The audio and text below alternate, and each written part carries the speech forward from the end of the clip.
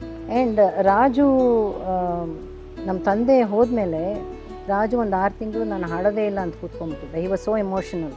ಆವಾಗ ಲಕ್ಷ್ಮೀನಾರಾಯಣ್ ಭಟ್ರು ಅವನಿಗೆ ಕರೆದು, ಇಲ್ಲಪ್ಪ ನೀನು ಹಾಡದೇ ಇದ್ದರೆ ಇದೆಲ್ಲ ಹೇಗೆ ಮುಂದಕ್ಕೆ ಬರುತ್ತೆ, ಸುಗಮ ಸಂಗೀತ ನೀ ಮುಂದುವರಿಸಬೇಕು, ಈ ಟ್ರೆಡಿಷನ್ನ ಮುಂದುವರಿಸಬೇಕು ಅಂದ್ಬಿಟ್ಟು ಅವನಿಗೋಸ್ಕರ ಒಂದು ಹಾಡು ಬರ್ಕೊಟ್ರು.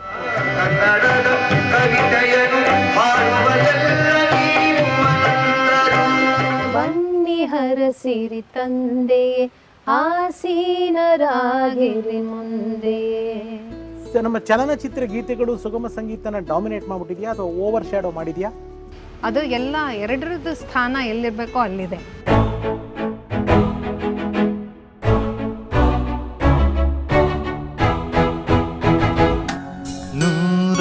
ನೂರೊಂದು ನೆನಪು. ಈಗ ಸುಮಾರು 1.5-2 ಗಂಟೆಗಳಿಂದ ಕೆಲವು ನಿಮ್ಮ ಜೀವನದ, ನಿಮ್ಮ ತಂದೆಯವರ ಜೀವನದ, ರಾಜು ಅವರ ಜೀವನದ ವಿಚಾರಗಳನ್ನೆಲ್ಲ ರಿವೈಂಡ್ ಮಾಡ್ಕೊಂಡು ಹೋದ್ವಿ. ಎಲ್ಲವೂ ಒಟ್ಟಾರೆಯಾಗಿ ಹಿಂತಿರುಗಿ ನೋಡಿದಾಗ ಏನು ಅನಿಸುತ್ತೆ ಫಸ್ಟ್ ನೀವು? ನಮ್ಮ ಜೊತೆ ಅವ್ರು ಯಾವಾಗಲೂ ಸದಾ ಇದ್ದಾರೆ, ಎಲ್ಲೂ ಹೋಗಿಲ್ಲ. ಅದು ನಿಮ್ಮಂಥವ್ರ ಮುಂದೆ, ನಿಮ್ಮಂಥವ್ರ ಜೊತೆ ಎಲ್ಲ ಮಾತಾಡಿದಾಗ ಇನ್ನೋರು ನಮಗೆ ಭಾಳ ಸಂತೋಷ ಆಗುತ್ತೆ. ಜನಗಳು ಯಾವತ್ತಿಗೂ ಅವ್ರು ಇನ್ನೂ ಜೀವಂತವಾಗಿ ಇಟ್ಟಿದ್ದಾರಮ್ಮ. ಮೈಸೂರು ಅನಂತ ಸ್ವಾಮಿಯವ್ರನ್ನ, ರಾಜು ಅನಂತ ಸ್ವಾಮಿಯವ್ರನ್ನ, ಅನಂತ ಸ್ವಾಮಿಯವರ ಕುಟುಂಬನ ಅವರ ಹಾಡುಗಳ ಮೂಲಕ, ಸಂಗೀತದ ಮೂಲಕ ಪ್ರತಿಯೊಬ್ಬ ಕನ್ನಡ ನಾಡಿನ ಸಂಗೀತ ಪ್ರೇಮಿಯಲ್ಲೂ ಅವ್ರು ಜೀವಂತವಾಗಿದ್ದೇ ಇದ್ದಾರೆ. ಅದರಲ್ಲೂ ನಮ್ಮ ಮೈಸೂರಿನವರು ಅಂದರೆ ನಮ್ಗೆ ಇನ್ನೂ ಹೆಚ್ಚಿನ ವಿಶೇಷ. ನಿಮಗೇನು ಅನ್ನಿಸ್ತಮ್ಮ? ನನಗೂ ಭಾಳ ಖುಷಿ ಆಯಿತು. ನಮಗೆ ಒಬ್ಬ ಸಂಗೀತಗಾರರಿಗೆ ಏನು ಬೇಕು? ಕೇಳೋರು ಬೇಕು, ಆಡಿಯನ್ಸ್ ಬೇಕು. ಒಬ್ಬ ಆರ್ಟಿಸ್ಟ್ಗೆ ಅದೇ ತಾನೇ ಇಂಪಾರ್ಟೆಂಟು. ಸೊ ನೀವು ಇಲ್ಲಿ ನಮ್ಮನ್ನು ಕರೆಸಿ ನಮ್ಮ ತಂದೆಯವರ, ರಾಜು ಅವರ ಹಳೆಯ ನೆನಪುಗಳನ್ನೆಲ್ಲ ನಾವು ಗುಣಗಿಸಿ ಇವಾಗ ನಿಮ್ಮ ಜೊತೆ ಮಾತಾಡಿದ್ದಕ್ಕೆ, ಅವಕಾಶ ಕೊಟ್ಟಿದ್ದಕ್ಕೆ ಥ್ಯಾಂಕ್ ಯು ಸೊ ಮಚ್. ನಮ್ಮ ಕಾರ್ಯಕ್ರಮಕ್ಕೆ ಬಂದವರಿಗೆ ಯಾವಾಗಲೂ ನನ್ನ ಕಡೆಯಿಂದ ಒಂದು ಪುಟ್ಟ ಕಾಣಿಕೆ ಕೊಡ್ತೀನಿ. ಬಟ್ ನಾನು ನಿಮ್ಮನ್ನು ಮ್ಯಾಮ್ ಅಂತ ಕರೆಯಲ್ಲ, ನಾನು ನಿಮ್ಮನ್ನು ಅಕ್ಕ ಅಂತಲೇ ಕರೀತೀನಿ. ಖಂಡಿತ ಯಾಕೋ ಹಂಗೆ ಅನಿಸ್ತು. ನಾನು ನಿಮ್ಮ ಹತ್ರ ಮಾತಾಡಿದಾಗ ಅಕ್ಕ ನೀವು ಹೇಳಿದ್ರಿ ಲಗೇಜ್ದು ವೆಯ್ಟ್ ಸ್ಟೋನ್ದು ಪ್ರಾಬ್ಲಮ್ ಆಗುತ್ತೆ ಅಂತ. ಸೊ ನಮ್ಮ ಒಂದು ಪ್ರೋಗ್ರಾಮ್ ನೆನಪು ಯಾವಾಗಲೂ ನಿಮ್ಮ ಜೊತೆಗೆ ಇರಲಿ. ನೀವು ಹೋದಾಗ ನಿಮ್ಮ ಮನೆಯಲ್ಲಿ ಒಂದು ಪುಟ್ಟ ಜಾಗ ಇದು ಕೊಟ್ಟರೆ ಖುಷಿಯಾಗುತ್ತೆ ಅಂತ. Thank you. ಮನೆ ನೋಡಿ ಒಂದ್ಸತಿ ಹೇಗಿದೆ ಅಂತ. Wow, amazing.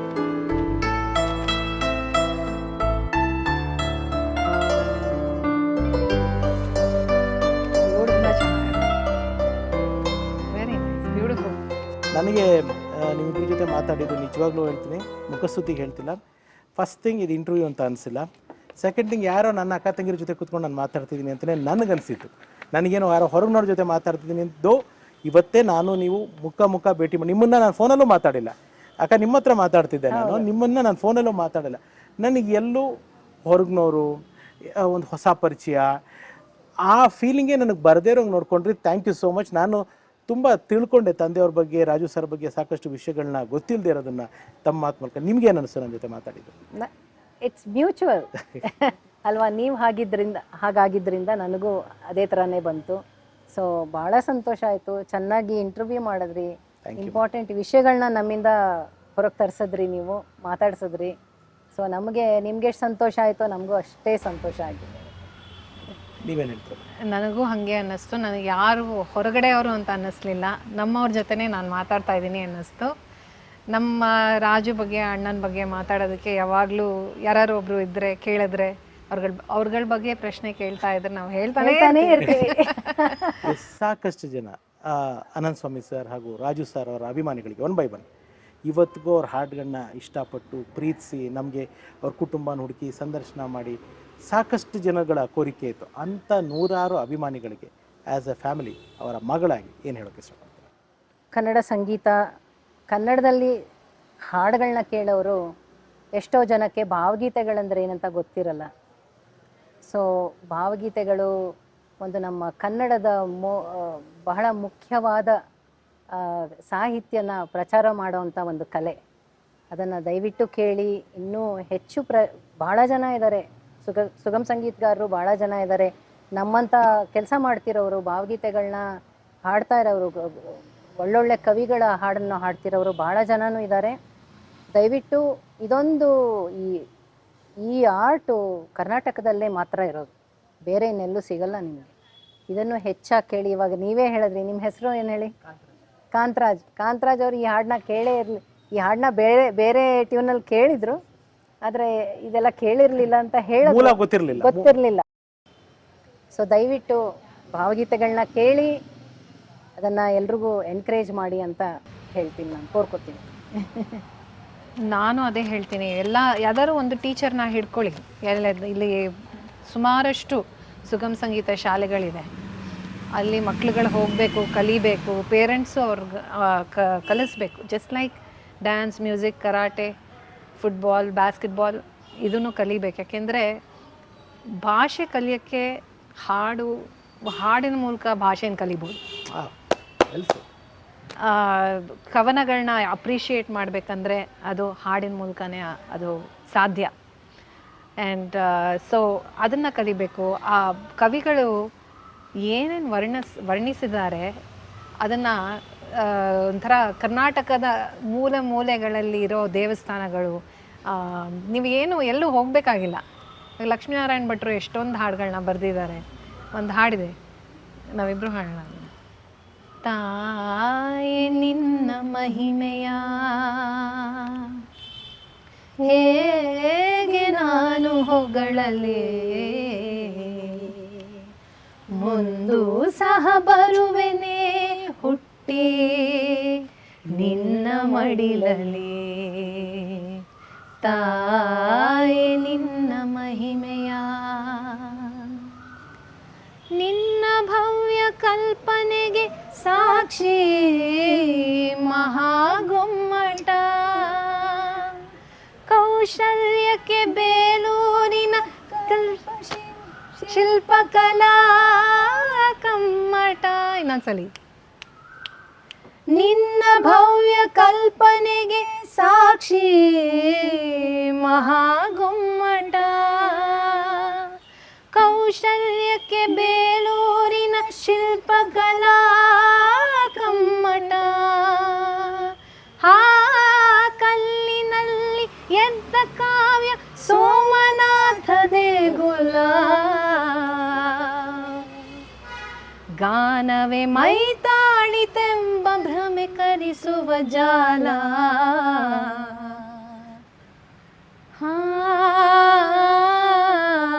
ತಾಯಿ ನಿನ್ನ ಮಹಿಮೆಯ ಹೇಗೆ ನಾನು ಹೊಗಳಲೇ, ಮುಂದೂ ಸಹ ಬರುವೆನೆ ಹುಟ್ಟಿ ನಿನ್ನ ಮಡಿಲಲಿ. ತಾಯಿ ನಿನ್ನ ಮಹಿಮೆಯ. ಕರ್ನಾಟಕದ ಮೇಲೆ ಇದು ರಾಜು ಕಾಂಪೋಸಿಷನ್. ಹೌದು. ಏನು ಕಂಪೋಸಿಂಗು ಇದು ಅರ್ಪಿತಾ ಅಂತ ಒಂದು ರಾಜು ಹೋದ್ಮೇಲೆ ನಾವು ಒಂದು ಆಲ್ಬಮ್ ಮಾಡಿದ್ವಿ, ಅದರಲ್ಲಿ ಹಾಡಿದ್ವಿ. ಇದು ಮೊದಲನೇ ಸಲ ಈ ಹಾಡನ್ನ ಮಾಡಿದ್ದು ಉದಯ ಟಿವಿಗೆ. ಓಕೆ. ಒಂದು ಕರ್ನಾಟಕದ ಬಗ್ಗೆ ಸಿವಿಲ್ ಸೆನ್ಸ್ ತಿಳಿಸೋದಕ್ಕೆ ನೀವು ಉದಯಕ್ಕೆ ಕೆಲಸ ಮಾಡಿದ್ದೆ. ನಾನು ಉದಯ ಟಿವಿಲಿ ಕೆಲಸ ಮಾಡಿದ್ದೆ. ಆ ಹೋಲ್ ಪ್ರಾಜೆಕ್ಟ್ಗೆ ರಾಜುನೇ ಒಂದೊಂದಷ್ಟು ಹಾಡುಗಳು ಬರೆದಿದ್ದಾನೆ. ಇದು ಬರ್ದಿದ್ದೇನೆ ಸರ್, ಲಕ್ಷ್ಮೀನಾರಾಯಣ ಭಟ್ರು. ಯಾ. ಒಂದು ಲಾಸ್ಟ್ ಕ್ವಶನ್. ನೀವು ಇದು ಹೇಳಿದ್ಮೇಲೆ ಅನ್ನಿಸ್ತಾ ಇರೋದು, ಸುಗಮ ಅಂದ್ರೆ ದೋ buying M A cinema person, ನಾನು ಎಷ್ಟು ಮಟ್ಟಿಗೆ ಇದು ಕೇಳೋದು ಯಾರಿಗೆ ಕನ್ವಿನ್ಸ್ ಆಗಲ್ಲ ನನಗೆ ಗೊತ್ತಿಲ್ಲ. ಬಟ್ ನಾನು ಮುಚ್ಚಿಡಲ್ಲ, ನನಗೆ ಅನಿಸಿದ್ದನ್ನು ನಾನು ನೇರವಾಗಿ ಕೇಳ್ತೀನಿ. ನಮ್ಮ ಚಲನಚಿತ್ರ ಗೀತೆಗಳು ಸುಗಮ ಸಂಗೀತನ ಡಾಮಿನೇಟ್ ಮಾಡಿಬಿಟ್ಟಿದೆಯಾ ಅಥವಾ ಓವರ್ ಶ್ಯಾಡೋ ಮಾಡಿದೆಯಾ? ಅದು ಎಲ್ಲ ಎರಡರದ್ದು ಸ್ಥಾನ ಎಲ್ಲಿರಬೇಕೋ ಅಲ್ಲಿದೆ. ಓಕೆ. ಅಂದರೆ ಇವಾಗ ಚಲನಚಿತ್ರ ಇಟ್ಸ್ ಫಾರ್ ಮ್ಯಾಸಸ್ ಅಲ್ವಾ, ಕಾಮನ್ ಪರ್ಸನ್ಗೆ. ಇದು this is something little above like literature, matured audience, ಸ್ವಲ್ಪ ಲಿಟ್ರೇಚರ್ ಅಪ್ರಿಷಿಯೇಟ್ ಮಾಡೋ, ಸಾಹಿತ್ಯ ಚೆನ್ನಾಗಿ ಅಭಿರುಚಿ ಇರೋರು ಅಂಥವರು. ಲೈಕ್ ಸುಗಮ ಸಂಗೀತಕ್ಕೆ ಯಾವ ಭಾವಗೀತೆ ಅಂತ ಹೇಳ್ತೀನಿ ನಾನು. Sugama sangeetha is a more wider term. ಸುಗಮ ಸಂಗೀತದಲ್ಲಿ ಜನಪದ ಗೀತೆ, ವಚನಗಳು ಎಲ್ಲನೂ ಬರುತ್ತೆ. ಭಾವಗೀತೆ ಇಸ್ ಮೋರ್ ಕವಿಗಳು, ಕನ್ನಡದ ಕವಿಗಳು ರಚಿಸಿರೋ ಅಂಥ ಹಾಡುಗಳು, ಕವನಗಳು, ಅದು ಹಾಡಾಗಿ ಬರುತ್ತೆ, ಅದೇ ಭಾವಗೀತೆ ಆಗುತ್ತೆ. ಸೊ ಅದನ್ನು ಕೇಳೋರು ಒಂದು ಆಡಿಯನ್ಸ್ ಇದ್ದೇ ಇರ್ತಾರೆ ಯಾವಾಗಲೂ. ಅಂದರೆ ಸಾಹಿತ್ಯದ ಮೇಲೆ ಅಭಿರುಚಿ ಇರೋವಂಥವ್ರು ಹೆಚ್ಚಾಗಿ ಕೇಳ್ತಾರೆ, ಯಾಕೆಂದರೆ ಅವ್ರಿಗೆ ಅರ್ಥ ಆಗುತ್ತೆ. ಆದರೆ ಕೆಲವು ಕವನಗಳು ಇದೆ, ಎಲ್ರಿಗೂ ಅರ್ಥ ಆಗುವಂಥದ್ದು ಇದೆ. ಅದೆಲ್ಲ ಇನ್ನೂ ಪ್ರಚಾರಕ್ಕೆ ಬರಬೇಕು. ಅದರಿಂದ ಒಂಥರ ಅಪ್ರಿಸಿಯೇಷನು ಬರುತ್ತೆ, ಲ್ಯಾಂಗ್ವೇಜ್ಗೆ ಅಪ್ರಿಸಿಯೇಷನ್ನು ಬರುತ್ತೆ ಅಲ್ವಾ? ಖಂಡಿತ ನೀವೊಂದು ಹೇಳಿದ್ದು ತುಂಬ ಚೆನ್ನಾಗಿ ಹೇಳಿದ್ರಿ. ನಮ್ಮ ಮಕ್ಕಳುಗಳಿಗೆ ನಾವು ನಮ್ಮ ಟ್ರೆಡಿಷನ್ನು, ನಮ್ಮ ಪದ್ಧತಿ, ನಮ್ಮ ಪೂಜೆ ಪುನಸ್ಕಾರ ಕಲಿಸ್ಕೊಳ್ಳೋ ಜೊತೆಗೆ ಇದ್ರ ಬಗ್ಗೆ ಮಾಹಿತಿ ಕೊಟ್ಟರೆ ನಿಜವಾಗ್ಲೂ ನೆಕ್ಸ್ಟ್ ಜನ್ರೇಷನ್ಗಳಿಗೆ ಇದು ಸ್ಪ್ರೆಡ್ ಹಾಕೊಂಡು ಹೋಗುತ್ತೆ. ಇದಿರೋದೇನೆ ನೀವು ಅವಾಗ ಕೇಳಿದ ಕ್ವೆಶನ್ಗೆ ಆನ್ಸರ್ ಹೇಳಬೇಕಂದ್ರೆ, ಸುಗಮ ಸಂಗೀತ ಕೇಳುಗಾರರು ಹೆಂಗಿದ್ರು ಅಂದರೆ ಒಂದು ಕಾಲದಲ್ಲಿ ನಮ್ಮ ತಂದೆ ಕಾರ್ಯಕ್ರಮ ಎಲ್ಲನೂ ಸೋಲ್ಡ್ ಔಟೇ ಆಗಿತ್ತು. ಅಂದರೆ there were no tickets. What I mean to say full jam packed ಇರೋದು. ಅಂದರೆ ಒಂದೊಂದು ಹಾಡು ಅವ್ರಿಗೆ ಹೆಂಗೆ ಗೊತ್ತಿತ್ತು ಅಂದರೆ, ಮುಂಚೆ ಸಾಂಗ್ ಪ್ರೋಗ್ರಾಮ್ ಸ್ಟಾರ್ಟ್ ಆಗುವಾಗ ಗಣೇಶನ ಸ್ತುತಿ, ಆಮೇಲೆ ಪೇಟ್ರಿಯಾಟಿಕ್ ಸಾಂಗ್ಸ್ ಹಾಡೋದು, ಆಮೇಲೆ ರತ್ನನ್ ಪದಗಳು ಬರೋದು, ಆಮೇಲೆ ಕುರಿಗಳು ಸಾರೆಲ್ಲ ಬಂದು ರಾಯರು ಬಂದರು ಬರೋ ಅಷ್ಟೊತ್ತಿಗೆ ಜನ ಹಿಂಗೆ ಕೂತಿರೋರು. ಅವ್ರಿಗೆ ಗೊತ್ತು ಆ ಆರ್ಡರ್ ಹಂಗಿರುತ್ತೆ ಅಂತ. ಹಾಡಿ ಜೈ ಜೈ ಜೈ ಗೌರೀಶ ಹಾಡಿದ್ರೆ ಎಲ್ಲ ಮಂಗಳ ಅಂತ ಗೊತ್ತಾಗ್ತದೆ. ಆ ಥರ ಜನಗಳು I have seen them react to the ನಿಜವಾಗ್ಲೂ. ಎಷ್ಟು ಒಂದು ಚಲನಚಿತ್ರಗೀತೆಗಳಲ್ಲಿ ಹೇಗೆ ನಮ್ಮ ಬಾಲ್ಯ ಇದೆಯೋ ಹಾಗೆ ತಂದೆಯವ್ರದ್ದು ಈ ರಾಯರು ಬಂದರು ಮಾವನ ಮನ ಆ ಸಾಂಗ್ಗಳೆಲ್ಲ ಇವತ್ತಿಗೂ ನಮ್ಮ ಮೇಲೆ ಅಷ್ಟು ಪರಿಣಾಮ ಬೀರಿದೆ. ಅದೆಲ್ಲನೂ ಹಾಡುಗಳು ಅಂದರೆ ನಮ್ಮ ಒಳಗಡೆನೇ ಇದೆ ಅವೆಲ್ಲನೂ. ಅದು ಹೊರ ಹಾಕಬೇಕು ನಾವು ಅದನ್ನು. And final last question, Raju ಸರ್ಗೆ ಅವ್ರ ತಂದೆಯ ರೀತಿಯೇ ಇತ್ತು ವಾಯ್ಸ್ ಅನ್ನೋದು. ಎಷ್ಟು ಖುಷಿ ಇತ್ತು ಅವ್ರಿಗೆ? ಅವ್ರು ಯಾರು ಹೇಳಿದಾಗ ಎಷ್ಟು ಖುಷಿ ಪಡೋರು ಅವರು? ಏನನ್ನೋರು ರಾಜು ಸರ್ ಆ ಕಾಂಪ್ಲಿಮೆಂಟ್ ಕೊಟ್ಟಾಗ? ಅವ್ರು ರಾಜುಗೆ ನಮ್ಮ ತಂದೆ ಅಂದರೆ ದೇವ್ರ ಥರ. ಯಾರು ಏನು ಒಂದು ಮಾತಾಡಬಾರ್ದು. ಅಣ್ಣನ ಏನು ಕರೀತಾರೆ? ಅಣ್ಣನ ಯಾವತ್ತು ಯಾರು ಏನು ಅನ್ನೋಂಗಿಲ್ಲ.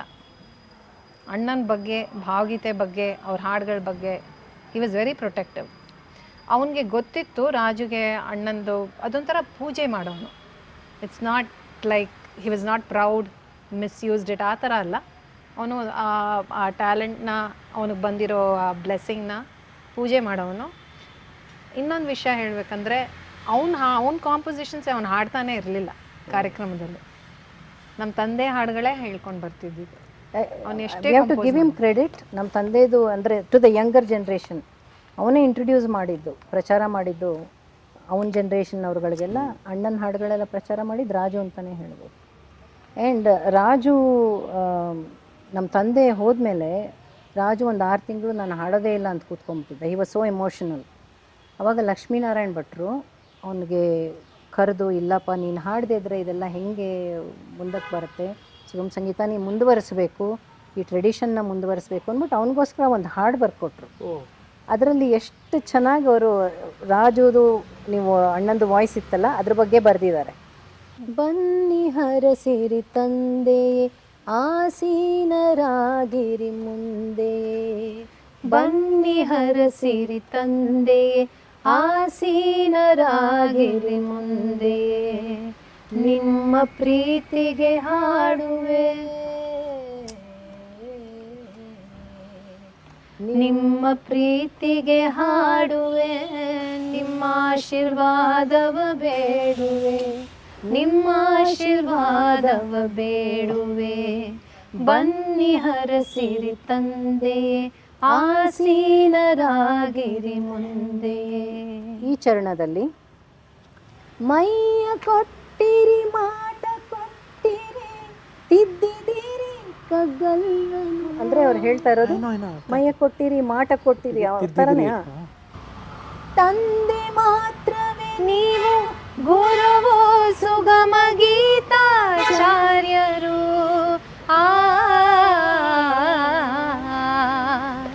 ತಂದೆ ಮಾತ್ರವೇ ನೀವು ಗುರುವು ಸುಗಮ ಗೀತಾಚಾರ್ಯರು, ಕನ್ನಡದ ಕವಿತೆಯನ್ನು ಹಾಡುವ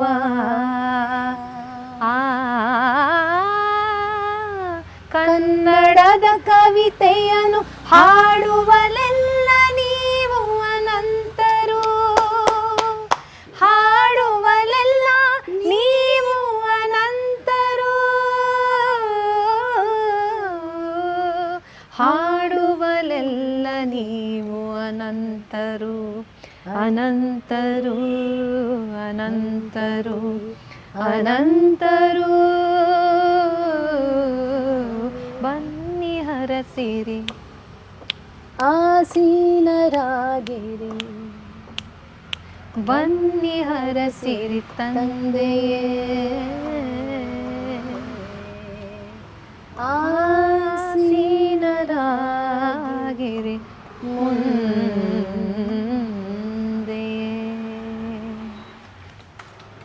ಸೊ ಇದನ್ನು ಅವರು ರಾಜುಗೆ ಬರ್ಕೊಟ್ಬಿಟ್ಟು ನೀನು ಪ್ರತಿ ಕಾರ್ಯಕ್ರಮದಲ್ಲಿ ಇದು ಮೊದಲು ಹಾಡ್ಬಿಟ್ಟು ಹಾಡು. ಅವನು ಇದನ್ನು ಸೇಮ್ ಎದೆ ತುಂಬಿ ಹಾಡಿದೇನು ರಾಗದಲ್ಲೇ ಇದನ್ನು ಕಂಪೋಸ್ ಮಾಡಿ ಹಾಡ್ತಾಯಿದ್ದ ಕಾರ್ಯಕ್ರಮದಲ್ಲಿ. So emotional. ನನಗೆ ವೈಂಡ್ ಮಾಡೋದಕ್ಕೆ ಮನಸ್ಸಿಲ್ಲ, ಬಟ್ ಥ್ಯಾಂಕ್ ಯು. ಏನು ನನಗೆ ಇದು ಬಿಟ್ಟು ಇನ್ನೇನು ಹೇಳೋದಕ್ಕೆ ಗೊತ್ತಾಗ್ತಿಲ್ಲ. You travelled us to somewhere else. ನಿಜವಾಗ್ಲೂ ಈ ಥರ ನಾನು ಯಾವತ್ತೂ ನನ್ನ ಲೈಫ್ನಲ್ಲಿ ಸುಗಮ ಸಂಗೀತ ಹಾಡೆಲ್ಲ ಕೇಳಿ ಅದು ಕಣ್ಣಲ್ಲಿ ನೀರು ಹಾಕಿರೋದು ನಾನು ಇಲ್ಲಿವರೆಗೂ ಇಲ್ಲ. This the first time. ಅದೇನೋ ಕನೆಕ್ಟ್ ಆಗೋಯ್ತು. Thank you thank you so much. Thank you so much. So ಸ್ನೇಹಿತರೆ, ಇದಾಗಿತ್ತು. ನನಗೇನು ಜಾಸ್ತಿ ಮಾತಾಡೋದಕ್ಕೆ ಇವಾಗ ಆಗ್ತಿಲ್ಲ. I am sorry. Thank you so much. Thank you. ಮತ್ತೆ ಮುಂದಿನ ಸಲ ಭೇಟಿ ಮಾಡ್ತೀವಿ. Thank you so much.